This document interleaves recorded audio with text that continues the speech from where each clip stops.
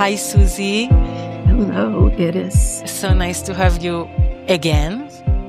Yes. Thank you. Unexpected. Our unexpected sixth session. It's actually the 11th episode, and we're going to talk today about primary and secondary emotions.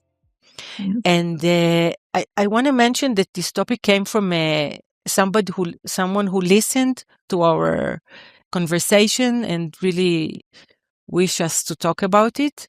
And it's an invitation to other people. If they have anything in their mind that they really would like us to explore, feel free to reach out and write to me. So I'm Iris. I'm sitting with you, Suzi Tucker, family constellation facilitator, teacher, writer. In my heart, I kind of call you whisperer to feelings, because when you talk, it's almost like you talk to the nervous system in a way.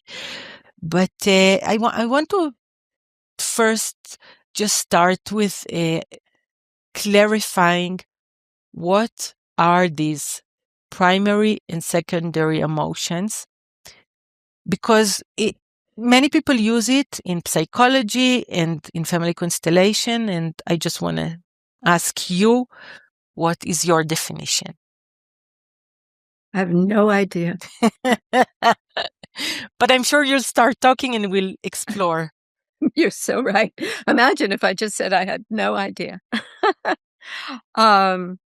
But that is the right way to start the sentence in a way, because I think that there is a tendency in all of us to want to understand things and then communicate things.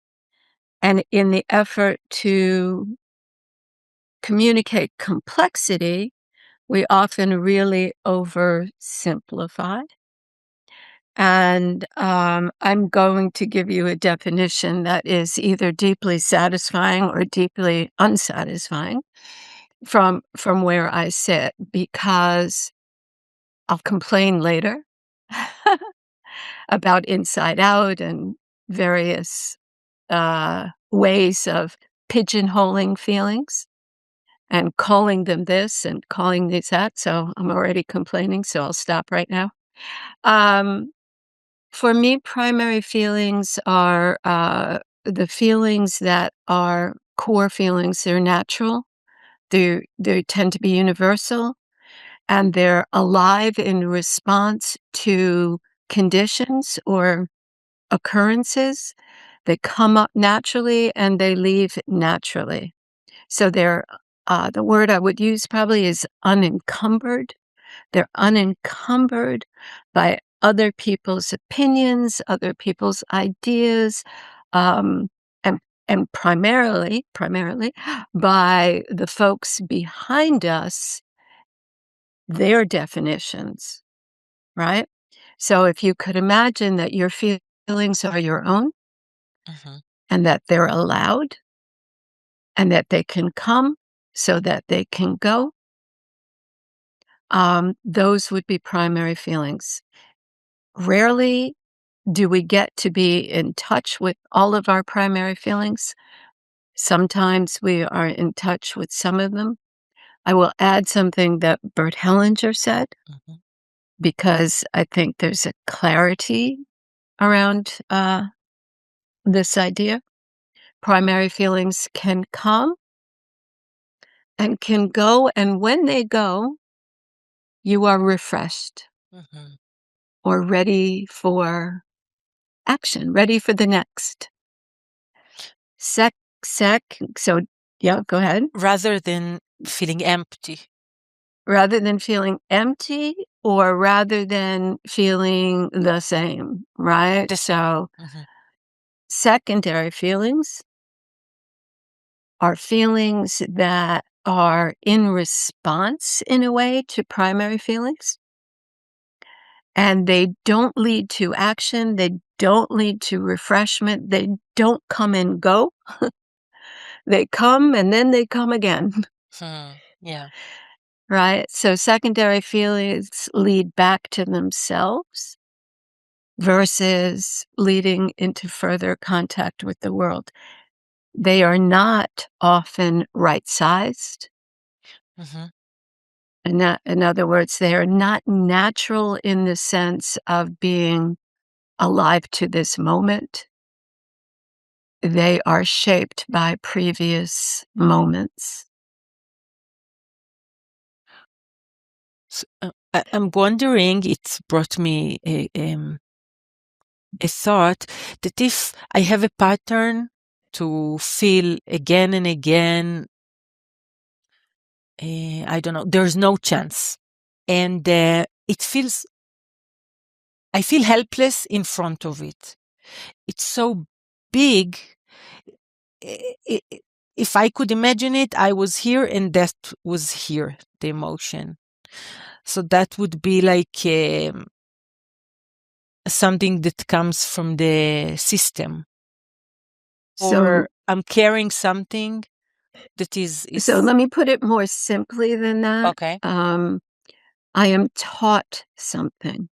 Hmm. So and it's funny because it feels like it's this, like you described, like you showed, but it's really actually taking up all the space in here. Hmm. So it's waiting for the knock on the door, right? So, like, uh resentment Hmm. is chronic. It lives inside me, and it's just waiting for the knock on the door. And it might be this person's success that's the knock on the door and Mm. makes me resentful. Might be my partner once again leaving their shoes on my side of the bed. That might be the knock on the door. It might be that woman in the workshop who talked so much. That might be the knock. But it lives here. Mm. It doesn't go anywhere. Okay, interesting. And it's just waiting to be tapped. It's like a reservoir. It's waiting to be tapped. Um, and once it's tapped, it gives no satisfaction. In fact, it often embarrasses us Hmm. because I overreact to that poor woman in the workshop who really didn't mean anything personal, but she tapped the reservoir. I exploded. And now I don't feel more mobile. I actually feel more pushed down. Mm. I'm thinking about I- a lot of people who now are traveling to their parents' house for the holidays, and for many of them, it knocks on the door in a way. So I'm thinking about a tip for this because it's coming up. Right. So I'll go, I will talk about tips. Um, prepare, right? I think most people don't prepare well. They prepare according to almost according to the secondary feeling. Like they prepare to be angry. They prepare to be, um, uh, triggered, right? They prepare for that rather than preparing for taking action and kind of getting out of the way of the arrows they know are coming, right? So for me, if we are, it's funny, I'm teaching this week, next weekend, some weekend on obligation and resentment. If we feel the obligation, then we need to take responsibility for that feeling of obligation Hmm. and not go with the preparation of resentment, but go with the idea of I can step out of the way somehow, Hmm. right? One one is physical. It is literally the sitting back when Uncle Joe is screaming out his racist bullshit at the table again. Hmm. I'm gonna sit back. I'm not gonna be surprised, right? I'm actually going to sit back and kind of move to the side a little bit so that it doesn't make me dirty. Because the second I rise up again, again, to get in that sandbox with him, all is lost. So I want to prepare differently. What am I going to do instead? Sit back. Sentences like, wow, I can feel your anger, Uncle Joe. Period. Wow, that's a kind of magical response because it lets you respond, lets you acknowledge, and it lets you drop that rope, right? Yeah. Wow, you have a lot of anger, right? Because when he's spewing racism, does he honestly hate these people or those people? Or he's speaking in metaphors and he's spewing anger, and you're just acknowledging that, but not engaging with it, right? So you don't have your secondary emotion meet his secondary emotion, which only leads to a kind of violence. Yeah. I I'm thinking, sometimes you people get triggered before they even arrive. Just the Totally. thought of coming to the parents' house is bringing them to some state, and I'm wondering, since it's living here, it's like a knowledge almost of something. What can they do beside like running from the bullets I'm almost? not saying running from it. I'm saying don't stand in the way of it because Mhm, the bullets aren't made for you. I'm not saying run from anything. I'm saying that when you get triggered, right, you are enacting a disempowered position. That's what you're doing. You mhm, are actually joining the other person's secondary emotion to secondary emotion. I'm saying prepare for having a way to stay in touch with yourself, to mhm, stay connected with you rather than jumping into their sphere. I agree. Secondary emotions, those chronic things we feel, can give us information, mhm, but only if we inquire and take responsibility ourselves, right? So I think what I'm suggesting is finding a way to take responsibility for my part, not for his part, for my part, for my part, yeah, right? One way that secondary emotions really appear when you're working with the idea yourself, um, for yourself, or even you're thinking about other people. I think one really common way is that when you are very young, something happens to which you have a natural response. mhm, And it could be something big, like somebody dies, or it could be something less big, like you're bullied in school. I'm not sure that's less big yeah, exactly. But anyway, but both of them are very difficult for a really young person, a little one, to find a way to integrate. In fact, there is no way for them to integrate it alone, right? So they have a natural primary response: mhm, grief, fear, anger, sadness, and an important other, a gatekeeper, a parent, a caregiver, sometimes a teacher in collusion with the parent, right? Stops us from having that primary feeling. yeah, And they stop it because they can't tolerate it. So it is don't grieve. And the way I'm gonna stop you from it, because I can't take it. I can't take your tears, right? I can't take your anger. mm, I can't tolerate your, blaming me, right? Whatever it is. So the way I'm gonna stop it is I mean, I could do something outright, like slap you every time you do right, it. That works, right? That'll stop it. But there are other more, manipulative ways, even unconscious, maybe I don't even know I'm doing it, where I actually lie to you, for instance, and say,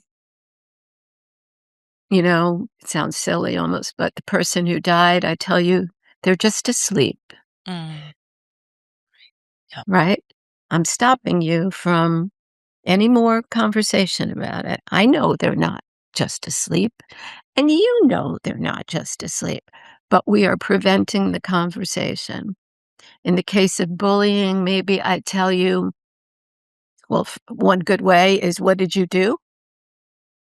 Right? To blame, Oh. right? To basically blame the victim, right? Because I'm embarrassed or I don't want to confront it or whatever. So, what did you do is a very good way to stop it. Or it's not that big a deal. Or even, I'm going to tell your teacher and leaving it at that. Right. So I'm not saying it's wrong to call in people who are responsible in that sphere, but that's not enough. Mm. That's not enough. I actually have to sit with you and kind of like at that dinner table, at the very least say, wow, it is, that must be so tough Mm. when he picks on you, right? I need to hear you. I need to let you know I hear you and it's not too much for me Mm. because just gonna say, sorry. Yeah, I yeah. feel that because if I imply that it's too much for you and for me in either of these ways, I'm telling you, don't feel your primary emotion. So it comes in and then it gets stopped. Yeah. And now it's a reservoir inside you that gets triggered or tapped by circumstances, maybe forevermore. Mhm. I and so most of us has this reservoir because I don't know, that's very typical to the way of how we live today, I think. Um, so first of all, how do I know if I'm in primary or secondary emotion? How can I recognize? If it's chronic, it's secondary. Okay. If So it's if I chronic. recognize it, I'm like, And ding, the people bell. people people tell you all the time, right? People tell me all the time. Uh, I always do that. Or Mm. they give me 50 stories, but one's in a store and one's in a restaurant and one's in a temple and one's in a church and one's on the subway. So, and one's with my mother and one's with, my partner. So 50 different stories, but they all are stories of jealousy, for instance, Okay. Yeah. right? So different places, but same vocabulary. Same, like, same smell. Yeah. Same smell, that's Yeah. good. I like that. Yeah, yeah. Yeah. And the second is, okay, I'm aware I have the reservoir. Um, how can I deal with this reservoir? If I'm aware of it and okay, I know it might knock on my door. How can I release the reservoir, open the dam, how do you call it? A dam when you put on Them a yeah, river? yeah, yeah, Yeah. yeah, yeah, Okay. yeah, Yeah. yeah. Well, I love to curse, so I will say it's really fucking difficult to do. Mhm. Yeah. And it Very sticky. requires yeah, it's very sticky, and I would say it is important, at least it has been important to me, and so I've given attention to tending it. I've let myself not always be good at it, and to this day, I'm not always good at it, but I'm much quicker, and I am much better at it, okay?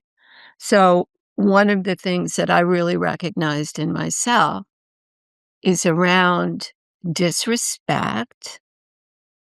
So, what's disrespect? Well, it's many things to many people. For me, it is being questioned or crossed in a way that diminishes me. But that's never true. It's really a way that I feel diminished, right? Okay. It has nothing to do with what the other person is really doing. I don't actually know what they're really doing, but it is the way I take it in. in the past, and to this day, sometimes I have to say that because my students will say, "She does that now." I am very reactive around that. So, reactivity versus response. Response is slow, it's mindful, it's caring for myself and for the other. Reactivity, it's fast, it's a reflex, it doesn't care for anybody, not me or the other person. Reactivity is something I have worked with for 20 years now. Susie, I have to stop you because when you were talking about reactivity, it was so close to primary feeling that it's an instinct. It's like, no, how would you, yeah. So, primary feeling has response in it. It's organic. That's really a good word for it. It's natural. Mhm. You make me angry, it is. You don't normally make me angry. Let's see You what's make happening. Yeah. you make me angry, right? You do something that makes me angry. Okay. A responsive response is, "Whoa, wow, that made me angry. I feel my temperature rise," Mhm. right? And it sounds slow. It could happen fast too, but it's not like this. It's not a reflex. It's really a sitting back. And now having recognized in myself that that really made me angry. Oh, no, actually, that hurt my feelings. Mhm. I feel hurt. Okay, now I'm getting into a more nuanced, deeper, um, kind of opening where even as I'm recognizing it, the level of reactivity is going way down. And I get to even imagine I'm going to talk to Iris and I'm just going to say, I got to tell you so that I don't tell you in a sneaky way. My feelings were really hurt. Mhm. And then there is ground under my feet, and then there's ground under your feet in which you say, I don't know what you're talking about, or, oh, I wondered about that, or, ah, I didn't mean it that way. I meant it that, whatever. It's relational. Yeah. It's relational. The fast thing, the secondary thing, is there's something that made me angry. You disrespected me, is the feeling. My temperature goes up immediately. There is no room for relationship. My either like a porcupine, Mhm. my, whatever those things are, go out or I close in. There is not ground under both of us. There's barely ground under me, right? And I recognize it. Oh, yeah, this is how I react in this case. Reactivity uh, tamps down curiosity for anything new. It closes relationship. And for me, the inspiration to work with it was I realized that it really impacted my teaching and facilitating. Mhm. And it is part of the reason I have a sensitivity around, for instance, when facilitators have this idea that the client is wrong. For me, that generally reflects an inability to tolerate, right, somebody crossing you or disagreeing with you or not getting what you're talking about or not for me, clients have a right not to care what I'm talking about. Mm. Yeah. Ah, what a wonderful, experience for me to really feel like clients have a right to not care what I am talking about. And now there's space for me and there's space for them. Yeah. It gives everyone some freedom. It's like, okay, yeah. Freedom and also I don't have to be above you and smash you down, right? Oh, this client isn't ready. Oh, this client, what drives me crazy, is unenlightened. Excuse me? Unenlightened. Right? That's a good one. Yeah. Right, right. I have heard it. Um, so that's the taking the above because I can't tolerate, or withdrawing in shame and never doing another workshop again. That's the neither of those is right-sized, Mhm. right? So secondary emotions never let us be right-sized. Okay. Okay. Um, do you have so I'm assuming you don't have a list of what are primary You emotions. are right. Yes, like some people in the psychology world. We added disgust to our list. Yes. No, I don't have that Yeah. because Okay. Yeah. I think two things. You didn't even ask your question. No, I'm listening. Two things, and I think they're quick. One is that, to boundary definitions in that way feels to me like, a great desire to understand in a way that absolutely ensures we can never understand because it's so oversimplified. It even implies that disgust, because I said it before, is one thing when it is not. It's different for you than it is for me. And that's, you know, as far as constellations go, to me, that's implicit in constellations because how you arrive at your definition is through your system. Hmm. And how I arrive at my definition is through my system, right? So I think any emotion can be in either category, Mm, sort of depending on how we live into them, right? yeah. We have the broad definitions versus the particular uh, kind of operationalization, right? So we have anger as a broad definition, and under that roof are the secondary, like anger is primary, let's say. Um, so resentment, rumination, jealousy, envy, they can all kind of be under that roof. But sometimes anger is secondary when it's always there. Yeah. Okay. And So you see it with clients, and I see it with clients. I see clients walk into a workshop angry. They're coming. That's like you're wearing a purple coat, she's wearing a green coat, and this yeah. person's wearing anger, Yeah. Yeah. Yeah. Yeah. right? So it's not to define the emotion, but we can tell what it is by how it acts. Okay, that's I want to emphasize it. It's important, and it's a good way to look at it and to recognize it, and it's coming together with no judgment almost.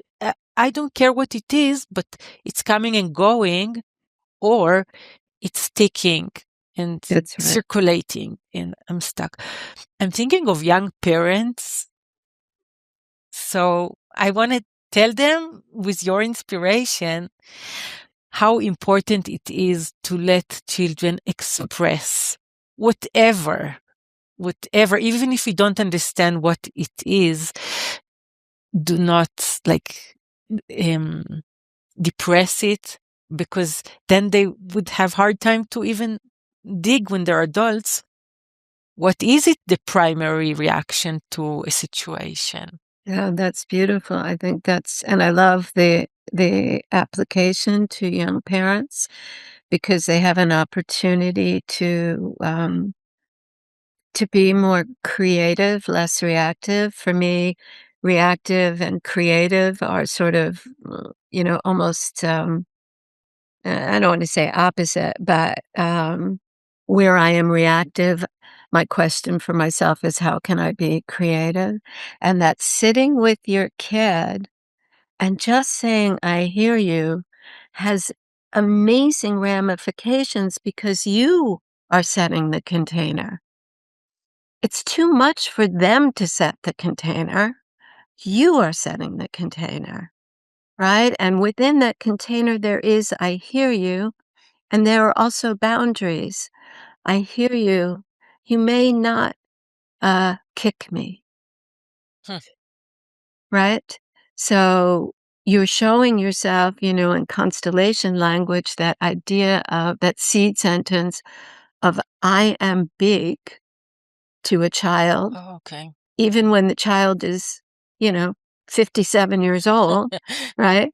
It's an important sentence because it's not that I am better, it is that I can tolerate Mm, your grief, your anger, your hurt. We will look at it, not look at it, because where grief where I don't look with you at grief, or I don't look with you at bullying. I mean, I think bullying's actually a really good, because it happens so often.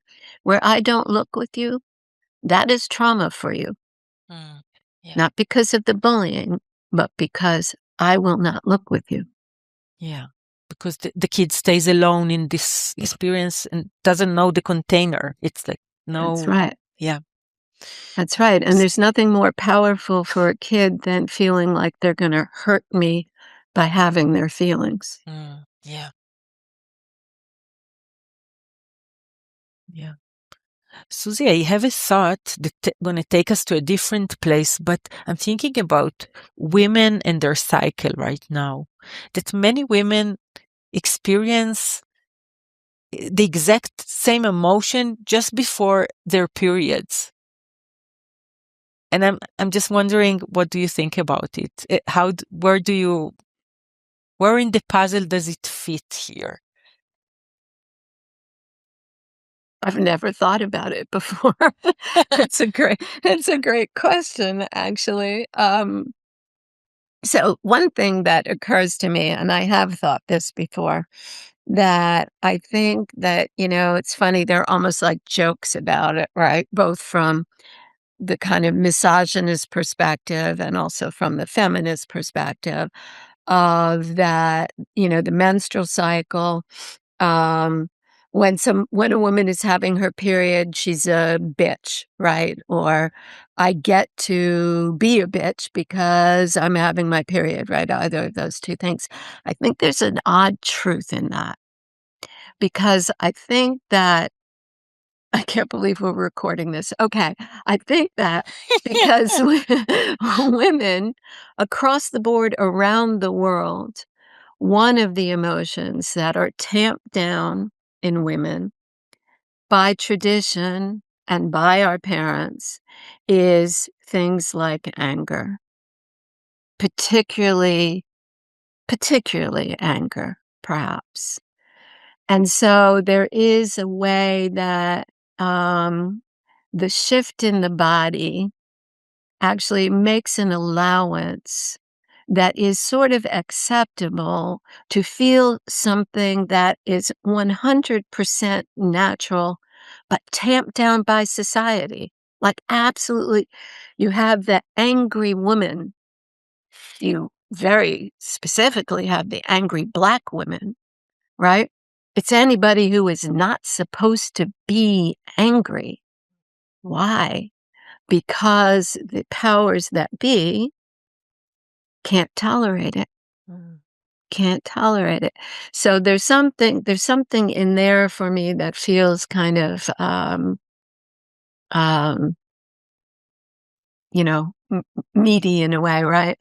The other thing that I would say is that I think that when we think about menstruation, one of the things we're thinking about is the body, the spirit, the mind, the heart is preparing for change, right? And in that preparation, different things happen, right? And the preparation is actually intense, right? It's intense. And so it's a place, often we can get away with not listening to our bodies, but it's a moment when we must listen.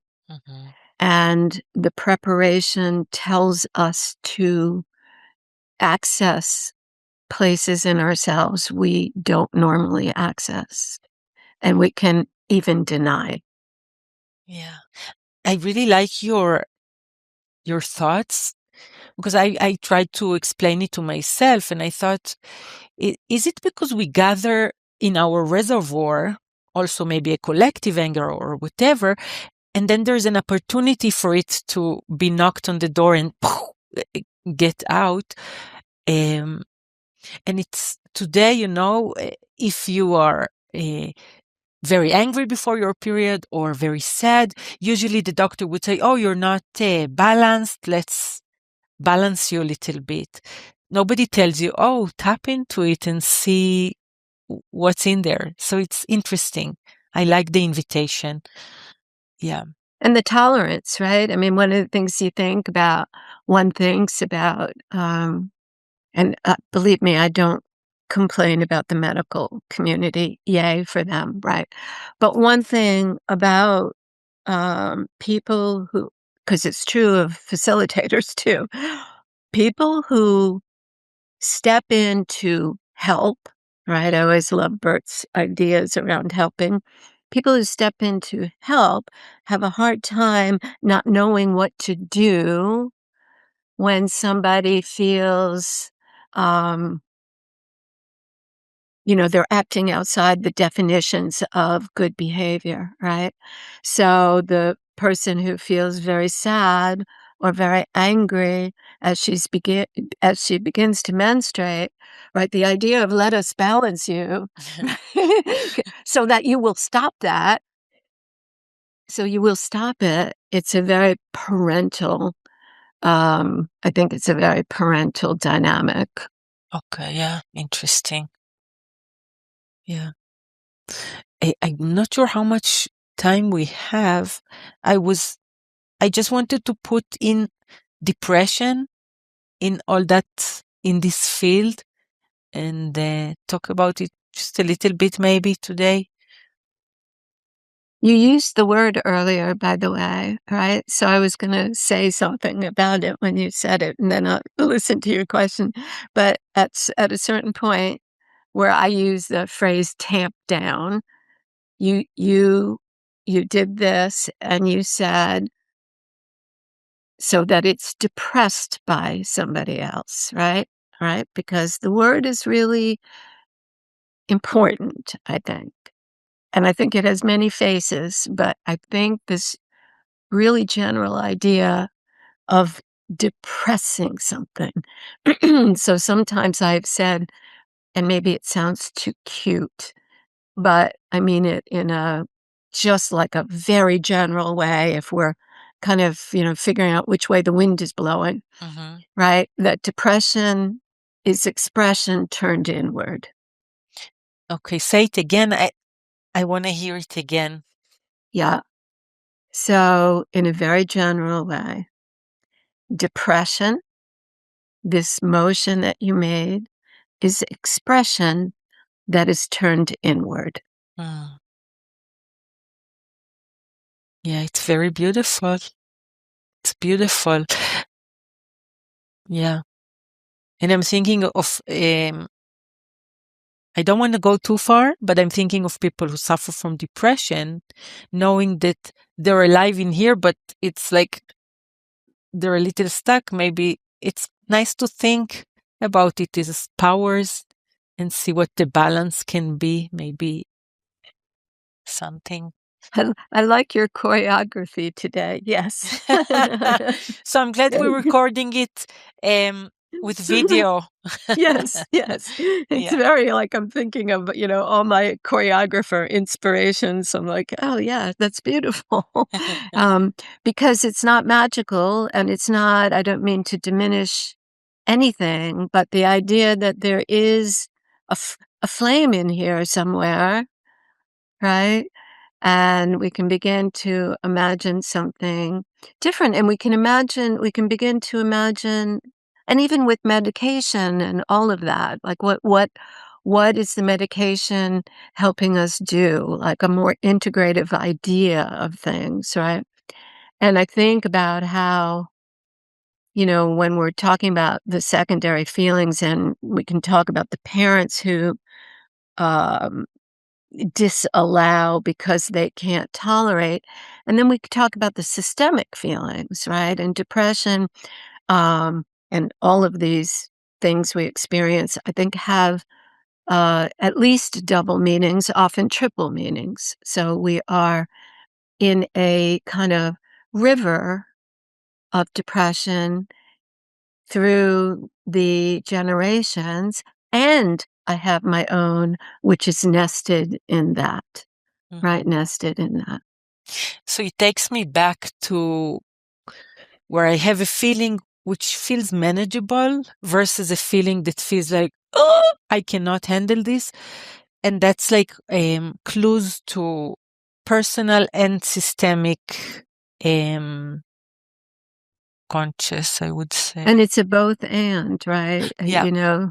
I think the categories of feelings are an effort to get away from both and, because paradox and nuance are nonlinear things that are difficult to think about. But for me, when I'm sitting with somebody or I'm looking in the mirror, mostly when I'm sitting with somebody, my first thought is, "Okay, this is a complex human being." Mhm. Yeah. And so my thinking needs to meet that. And sometimes oversimplification demands that my complex human being who's sitting with me be simple. Yeah.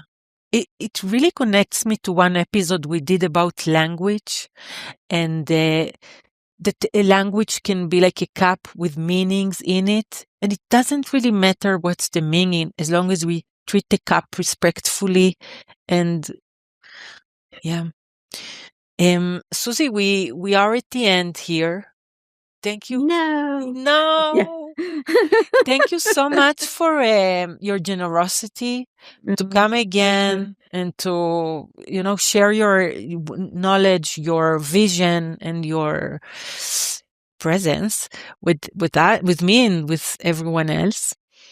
Um, I invite everyone to, if you like the episodes, listen to all of them. There's previous ones that I really, really enjoyed, and other people also said they enjoyed it too. Um, I'm thinking what I'm taking from today. I don't want to simplify it, but I do want to come out with something. Abbreviate it. Yeah. So I'm I keep thinking about when it's coming and going, and it's primary. It's happening quickly before you think. That's a smell of a primary feeling. When it's coming again and you are so familiar with it, it feels like it feels like an emotion, but it's sticky. It's not going. There's no the fluid, like how the water goes in a circle versus a river that goes from here to to the future. And that's the smell of a secondary emotion. That's what I'm taking.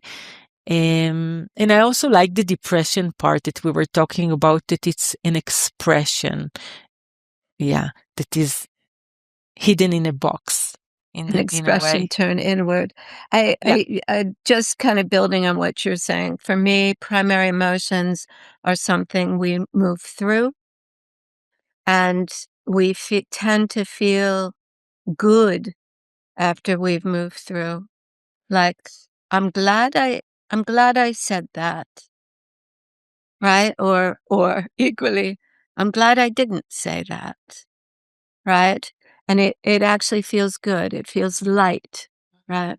Secondary emotions go out and come right back and tend to make us feel heavier because we did it again. We said it again. We experienced it again, and there's nothing new in that. No fresh breath, no coming through, just going around. Yeah. Thank you for this addition. I like that. That I feel good after. That's a wonderful addition and very helpful. So thank you so much. And You are hopefully I'll most see you welcome. soon again. See you soon. Yeah. See you soon. Thank you, Susie.